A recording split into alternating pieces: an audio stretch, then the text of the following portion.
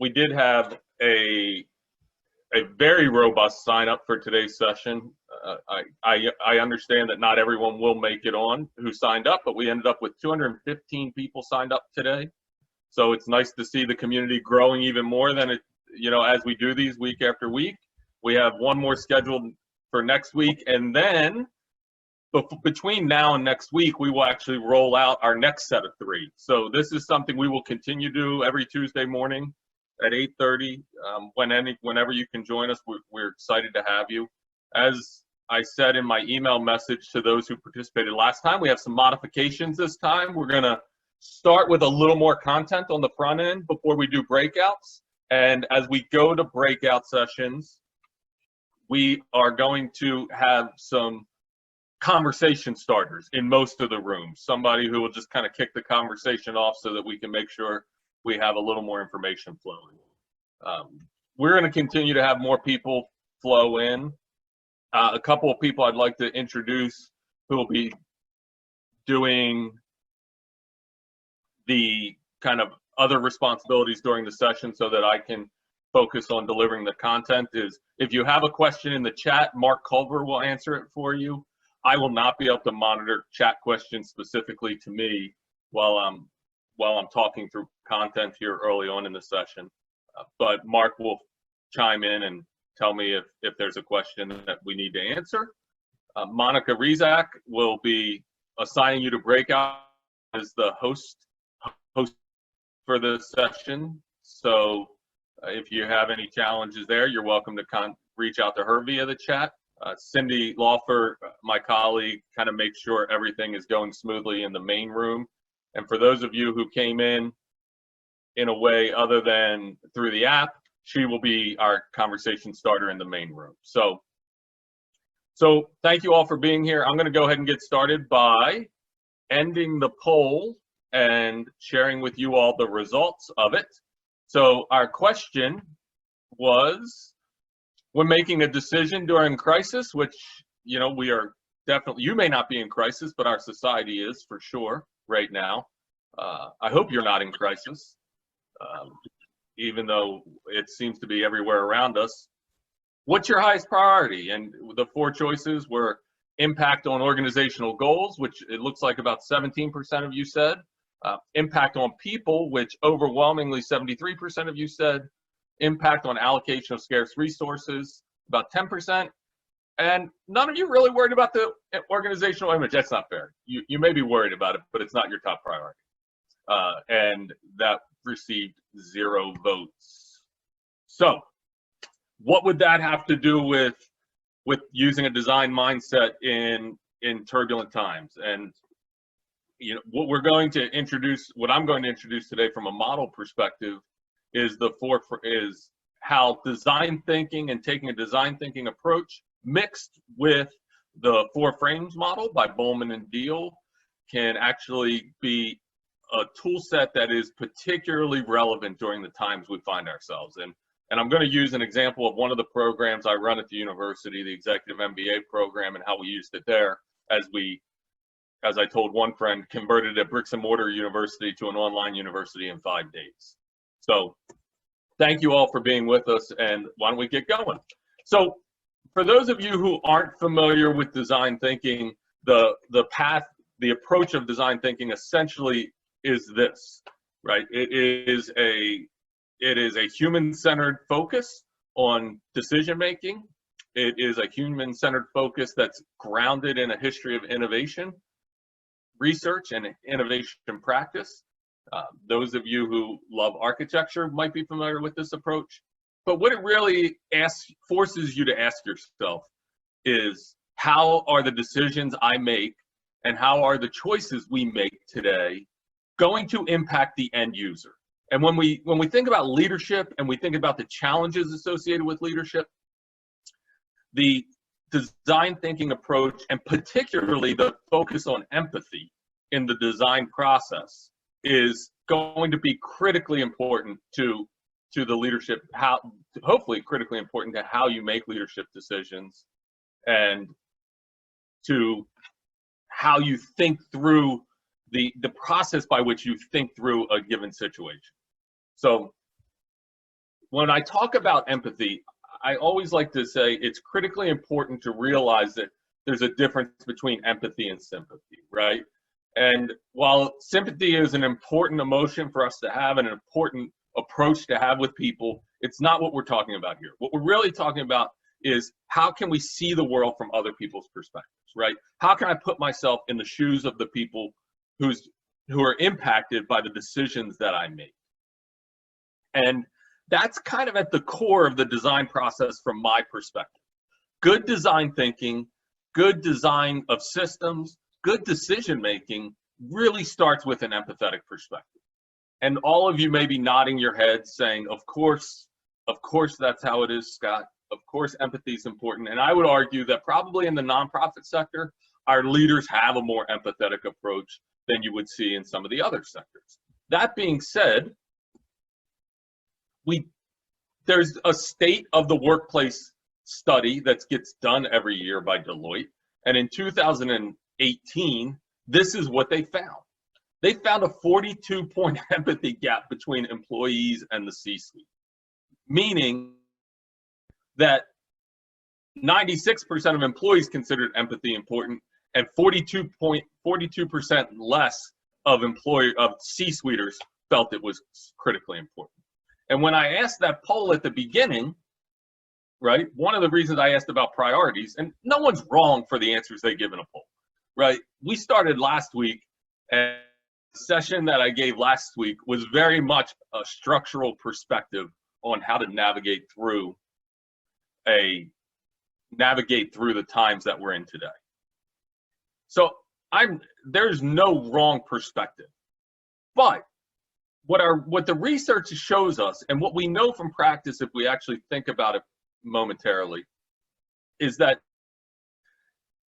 we don't always give the empathy that is asked for from us by the people that work for us, or by and I would extend this to our external stakeholders also, that there is empathy demanded or requested on a regular basis from those we serve, from those who are our board members, our donors, and our staffs.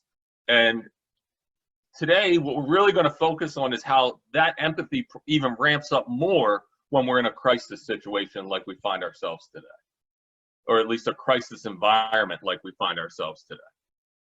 So I will remind everybody that as people come on right now, we are recording this session. It gets loaded up under our archives. So if you missed a little bit, don't stress. We have your back. You'll be able to catch up to the first 5 minutes or so later. So given what we know about empathy, how well do you know the people you work with and that work for you? So anyone who works with me knows that my world is centered around the 4 people in this picture with me. So this was taken a couple years ago in Cape Town, South Africa, maybe my favorite place on the face of the earth. That is my lovely wife, my fantastic wife, Jillian, and our 3 kids. And every decision I make, everything that goes on in my world is centered around these 4 people. And the other thing I will tell you is the people who work with me most also know that I really want an environment in the workplace where their special people or their special things are taken care of, right? And so one of the things that I do on a regular basis, or I try to do, I fall short just like we all do, is to really check in with people about where they are and how they're doing and whether they're taking care of the things that are important to them. Like I want to have the freedom and luxury to take care of the things that are important to me in my world. So what's a model that we can do to incorporate this kind of design mindset and empathy? And I should also say the other important thing about design isn't just empathy, it's the constant feedback loop that we're willing to engage in as we think about making decisions, right? So that a decision isn't just something that's made and it's over, that it's part of an ongoing evolutionary system within our organizations and with the people we work with. And so a good way that you can begin to practice this from my perspective, in which I try and practice it, is by using a frame model. And a really good frame model is by a former colleague of mine from the university, but his book is extremely well known, is the 4 frames model to leadership, right? And the first frame that is covered in that, and the one we're most familiar with, and this would be the one that's really goal-oriented, is the structural frame, okay? And the structural frame has a metaphor of a machine, right? So if you're operating from a structural frame perspective, you're looking at end goals, you're looking at processes, you're looking at plan and execute, economy, efficiency, critically important things. And if you were on last week's session and you think back to it, this is a lot of what I talked about, right? You look at your core, you look at your fringe programming, you cut fringe, you execute in the core, very much process, goal-oriented approach to how we do things. A second frame, the human resources frame, right? This is the people frame, right? This was the second one that many of you actually picked for what's your priority in times like this. This is the perspective of how that organizations need people and people need organizations, that our organization systems are more than just a place to do things, that they're actually an environment that we build ourselves, right? If you think about Maslow's hierarchy of needs, I know it's not a hierarchy we found through research, but the needs are so critically important. Organizations exist not just for the production of goods and services, but from the self-actualization of the individuals that are involved with those organizations. A third frame, the political frame, uses the metaphor of a jungle, right? The jungle being that, it's a dog eat dog world, or in this case, a tiger eat tiger world, that the interactions and decisions we make from a leadership perspective are all about the divvying up of scarce resources. They're going to be detractors and proponents of a given idea set, and that it's constant negotiation and battle, right? That there are these, and this is very, very true, right? And especially in a time like this when resource constraints grow and we have more constraints and there's more competition for maybe grant dollars or government dollars or these new loan products that are out, it is very common and typical to think from this resource constraining environment. And again, if I go back to last week's session, I'm really pushing hard for those of you who weren't on it to go back and check it out, obviously. A lot of the political frame was at play here, right? The final frame is the symbolic frame. And when we think about the symbolic frame, what we really are talking about is the approach that there's meaning in what we do, and meaning that's actually separated actual goal production of the programs and services, right? And that when you operate strongly from a symbolic frame, we would argue that the meaning in some ways actually supersedes the importance of the goals or the outcomes. And this is actually particularly relevant right now. And when I talk about what's your organization image, I would ask you kind of rhetorically right now to think about how many of you have made decisions for your organizations that may not actually improve either the financial outcomes of your organization, it may not actually improve the programmatic outcomes, but will position your organization to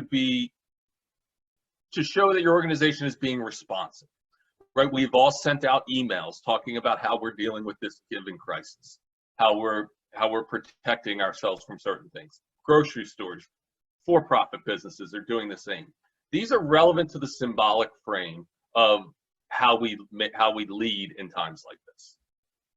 So, great, Scott, you went through 4. What do I do with all of this?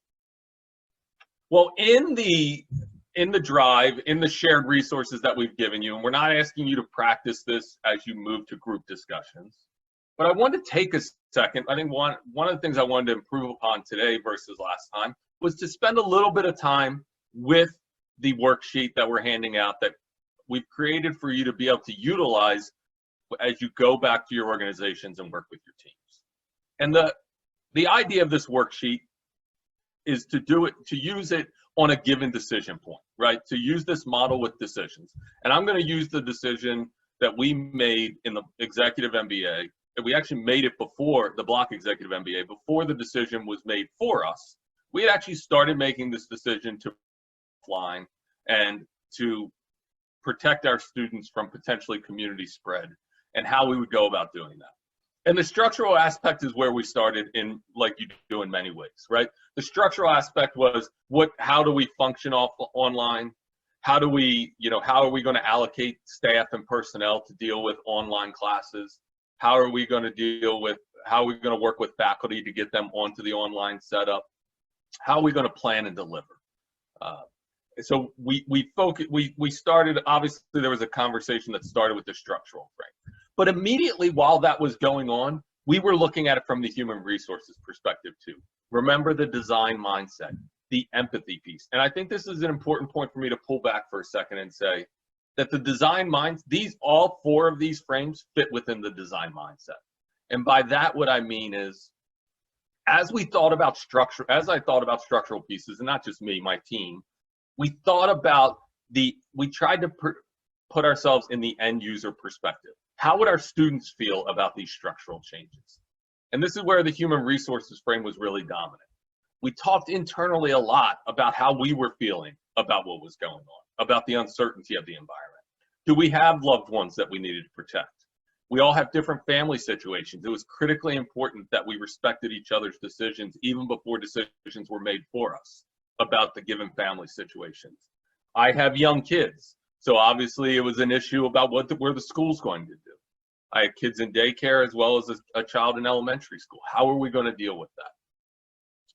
So we didn't just deal with it for just our students, we dealt with it for our professors. How would our professors feel? One of our big value propositions in that program is the idea, it's a cohort program, is the community. How could we work on creating a community that still felt like a community, and how would our students feel, especially those that were graduating?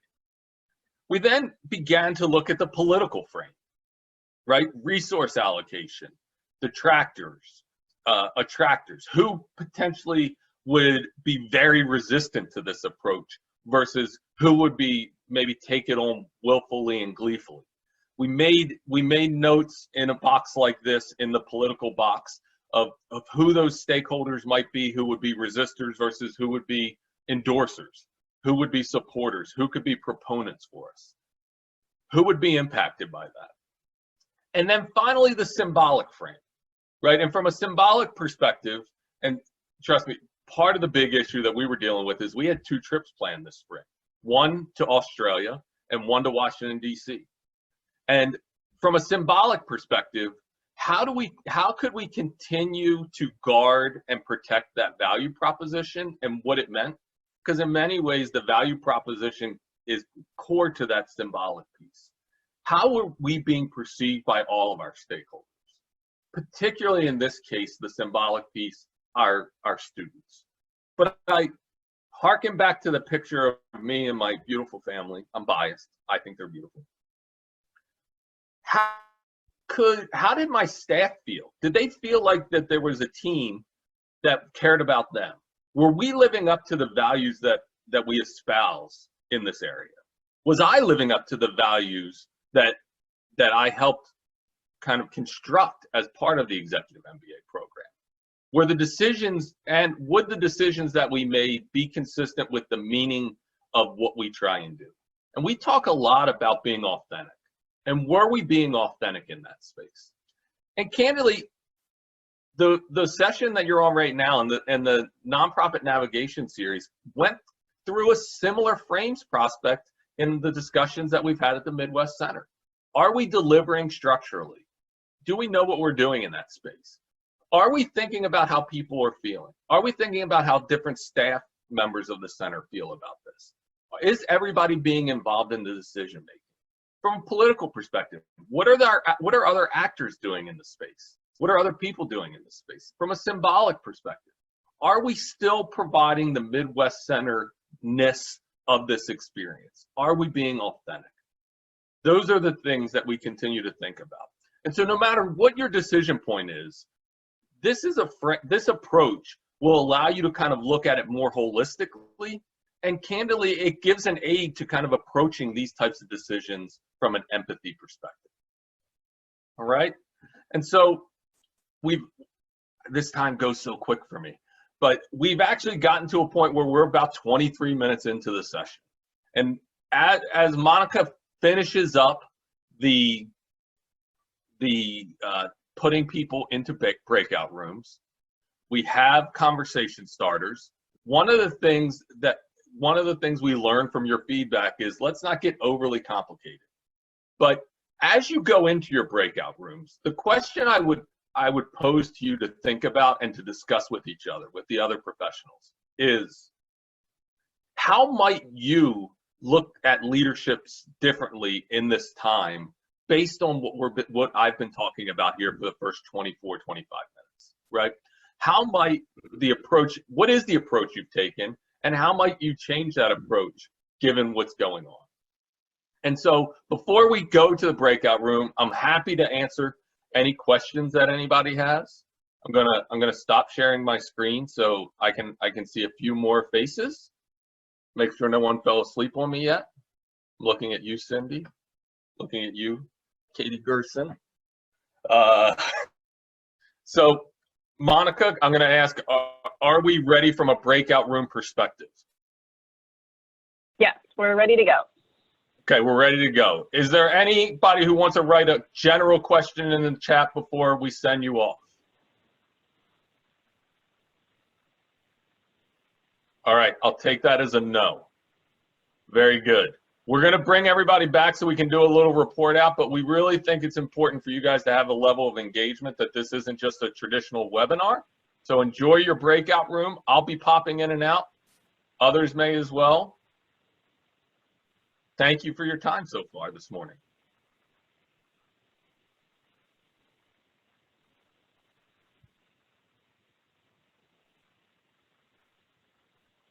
And a quick reminder for those who stay in the main room, Cindy is here to help get the conversation started.